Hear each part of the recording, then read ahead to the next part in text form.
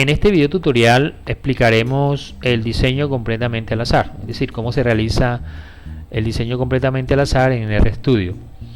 El script, así como la salida de los resultados, se muestran entonces en la dirección que les muestro acá y que les dejo copiados abajo del video. El ejemplo es tomado del libro de Débora, Probabilidad y Estadística para Ingenierías y Ciencias. Entonces el ejemplo dice así: numerosos factores contribuyen al funcionamiento suave de un motor eléctrico. En particular, es deseable mantener el ruido del motor y vibraciones a un mínimo. Entonces, para estudiar el efecto que la marca de los cojinetes tienen en la vibración del motor, se examinaron 5 marcas diferentes de cojinete, instalando cada tipo de cojinete en muestras aleatorias distintas de 6 motores. Se registró la cantidad de vibración del motor, medida en micrones, cuando cada uno de los 30 motores estaba funcionando. Los datos de este estudio se dan a continuación, se suministraron en un archivo de Excel. Y pues la pregunta o lo que nos pide el problema es que formulemos las hipótesis pertinentes a un nivel de identificación del 5% y luego realicemos un análisis de comparaciones múltiples si es apropiado. Entonces, para el ejercicio vamos a utilizar 2 librerías, la XLConnect, que nos va a permitir leer datos desde Excel directamente, y la librería Agricole, que trae dentro de sus funciones la de test de rangos múltiples. Entonces, nuestro factor de interés en este caso son las marcas. Queremos averiguar cuál marca produce menos vibración, lógicamente. En este caso los niveles del factor son 5, es decir, tenemos 5 tratamientos, porque en el diseño completamente al azar recuerden que cada uno de los niveles del factor se corresponde con un tratamiento. La variable de respuesta fue la vibración y tenemos 6 observaciones por cada tratamiento. Lo primero que hacemos es plantear la hipótesis, y entonces la hipótesis nos dice que las 5 marcas producen en promedio igual cantidad de vibración versus a que, o la hipótesis nula alterna, dice que al menos una de las marcas produce una vibración diferente. Trabajaremos con un nivel de significancia del 5%. Entonces, para leer los datos utilizamos la función que se llama Read Worksheet from File, ¿okay? Y pues a los datos vamos a asignarle un nombre, datos DSA se va a llamar. El argumento de esa función de Read Worksheet from File es el nombre del archivo, en este caso se llama DSA, que fue suministrado a ustedes los estudiantes y que se puede ver también en la página ese que les coloqué, está debajo, y la hoja donde están los datos, que se llama en este caso DSA. Ahora, para que esta función pueda correr perfectamente, el directorio debe estar asignado o debe estar copiado ese archivo en el directorio de trabajo. Entonces, el directorio de trabajo yo puedo saber cuál es.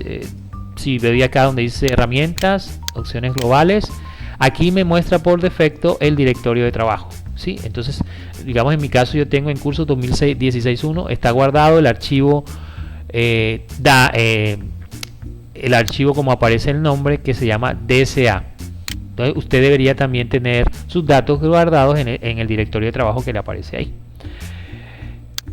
Entonces lo primero que hacemos entonces es leer los datos, entonces le damos correr, ya él entonces nos está leyendo los datos. Si lo queremos ver, entonces le damos la instrucción view datos DSA y él nos mostrará entonces los datos, nos mostrará las marcas y las vibraciones, ¿okay? Entonces están ahí los datos.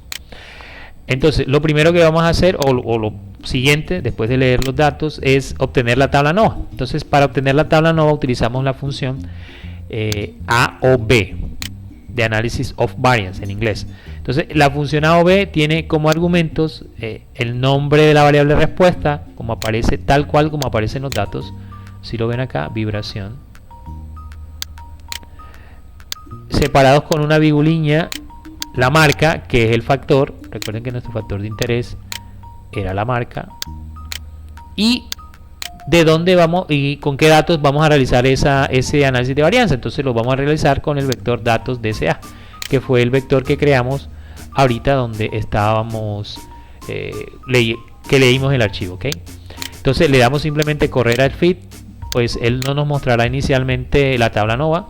Para que nos las muestre debemos darle summary, es la otra función, summary feed, porque así fue que le llamamos al ajuste. Entonces le damos correr y él nos muestra entonces la tabla NOVA. Entonces nos muestra la marca, los residuos, grados de libertad, suma de cuadrados, ¿sí? Lo que explicamos en clase, y nos da un valor de probabilidad de F que es la que nos va a permitir decidir si rechazamos o no la hipótesis. Sin embargo, para que esto se pueda rechazar o no, primero debemos verificar los supuestos, porque si los supuestos no se cumplen, entonces no podemos concluir de la tabla ANOVA. ¿Sí? Tendríamos que utilizar una prueba no paramétrica. Entonces, lo primero que vamos a verificar es el supuesto de normalidad de residuos, y este lo hacemos con Shapiro.test, se llama la función. Y como argumento de la función estarían los residuos. Los residuos los traigo también con la función que se llama residuals. Residual del fit, o sea, del modelo ANOVA que hice. Entonces simplemente escribo tal cual está acá, residual fits, la prueba de Shapiro.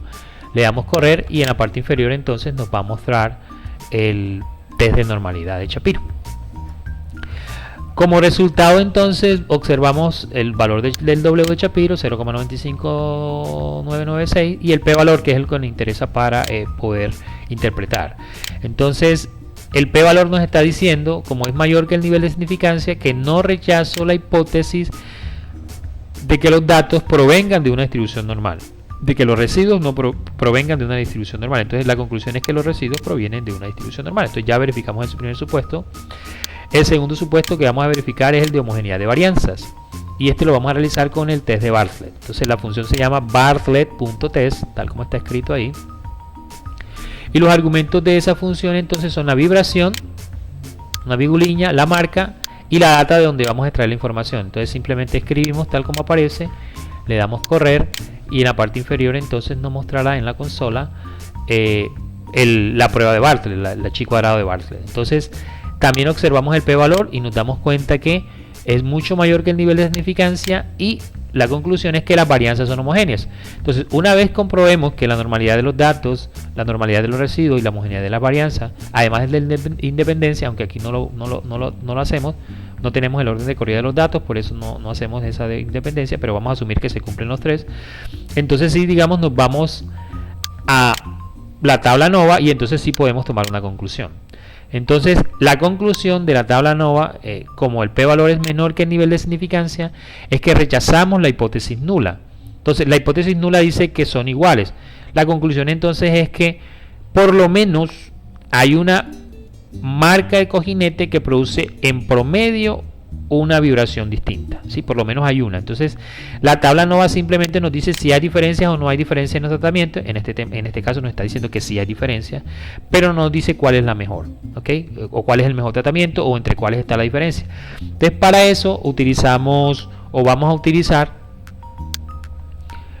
el test de rangos múltiples, ¿sí? En este caso vamos a utilizar el LSD. Existen otros test de rangos múltiples que explicaremos en videos posteriores. En este caso solamente nos vamos a centrar en el test LSD. Entonces ese test LSD tiene como argumentos el ajuste de la ANOVA, ¿sí? El nombre del tratamiento, un argumento que se llama grupo, que en este caso es falso. Puede ser falso, puede ser verdadero. Ahorita veremos cuando sea verdadero, y la consola siempre debe ser true para que se muestre los resultados. Si escribimos consola y falso, entonces no nos va a mostrar los resultados. Entonces, bueno, aquí le damos simplemente correr, y en la parte inferior, bueno, vamos a maximizar un poco para que se vean todos los resultados. Aquí observamos lo siguiente. Entonces nos muestra el test LSD para vibración, nos muestra los promedios o la vibración promedio de cada una de las 5 marcas, la desviación estándar y un intervalo de confianza del 95% de la estimación del C promedio, así como el valor mínimo y el valor máximo que se tuvo en las lecturas de vibración. Entonces nos dice pues los grados de libertad del error, cuál fue el valor crítico de T para hacer los intervalos de confianza, y pues posteriormente nos está mostrando todas las posibles comparaciones entre los tratamientos. Como son 5 marcas y son comparaciones de 2 en 2, pues eso es